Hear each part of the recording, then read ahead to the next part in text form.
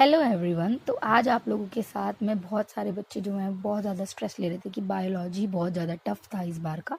तो मैंने क्या किया है कि सबके लिए इजी रहे, मैंने क्लास वाइज लिख दिया है कि कौन सी बुक के कौन से पेज में से कौन सी लाइन में से ये क्वेश्चन आए हुए हैं, जिससे आपको ईजी रहे, नीट 2026 एस्पिरेंट्स को ईजी रहे।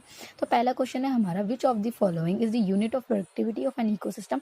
तो बेसिकली ये जो है सीधा सीधा एनसीईआरटी में दिया हुआ है, पेज 207 पे 4th लाइन ऑफ 12th में ये लिखा हुआ।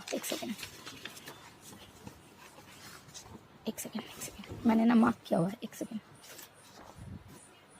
ये देखो, ये लिखा हुआ 4th लाइन में, the rate of biomass production is called productivity. उसके नीचे लिखा हुआ है, देखो दोनों लिखा हुआ है कि अगर ग्राम पर ईयर होगा तो कैसे होगा, और किलो कैलोरी पर मीटर पर ईयर कैसे होगा। तो वो इन दोनों की दोनों में क्लियरली ये वाला जो क्वेश्चन है वो हमारा आंसर इसका ये हो जाएगा, kilo calorie metre square per year. ठीक, उसके बाद क्या है, दी फर्स्ट मेंसुरेशन। वैसे तो इसका आंसर सबको पता होता है, बट मैं बता देती हूँ फिर भी कि ये कहाँ दिया हुआ है।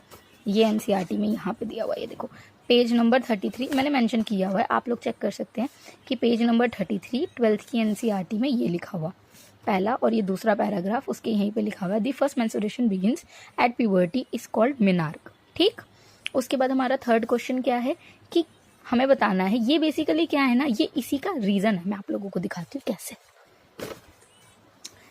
कि हमारे जो वर्टिब्रेट्स, देखो ये लिखा हुआ पहला दूसरा तीसरे पैराग्राफ में लिखा हुआ है, देखो 1 2 3 4th लाइन में, कि जो हमारे वर्टिब्रेट्स होते हैं ना, उनके अंदर जो नोटोकॉर्ड है वो क्या हो जाती है, वो रिप्लेस्ड हो जाती है। Notochord is replaced by cartilaginous और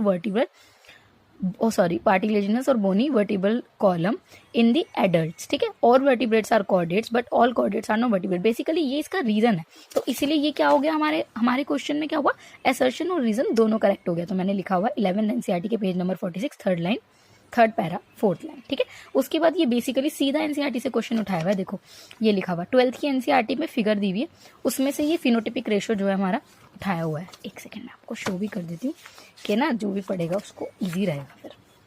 एक सेकेंड गिव मी 1 सेकेंड। ये देखो, ये क्लियरली दिखा हुआ है फिनोटिपिक रेशो। ठीक, यहाँ से तुम लोग देख सकते हो 9:3:3:1। तो हमारा आंसर भी क्या दिया हुआ है, 9:3:3:1। ठीक, उसके बाद देखो बेसिकली जो ये क्वेश्चन है ना, इसका आंसर मैं आपको पैराग्राफ बता रही हूँ, आप उसको अच्छे से जिसने पढ़ लिया ना, उससे ये आंसर इजीली सॉल्व हो जाएगा। ठीक है, ये डायरेक्टली नहीं लिखा हुआ है एनसीईआरटी में, बट ये थोड़ा आपको लगाना पड़ेगा। क्या होता है इसमें, मैं आपको एक्सप्लेन कर दूं थोड़ा सा, कि जो जेल इलेक्ट्रोफोरेसिस होता है, इधर होता है पॉजिटिव, इधर होता है नेगेटिव। सॉरी अगर मैं शॉर्ट में बता रही तो सॉरी, वो मेरा आंसर का पॉजिटिव लिखा हुआ है। तो इसको हम बोलते हैं कैथोड।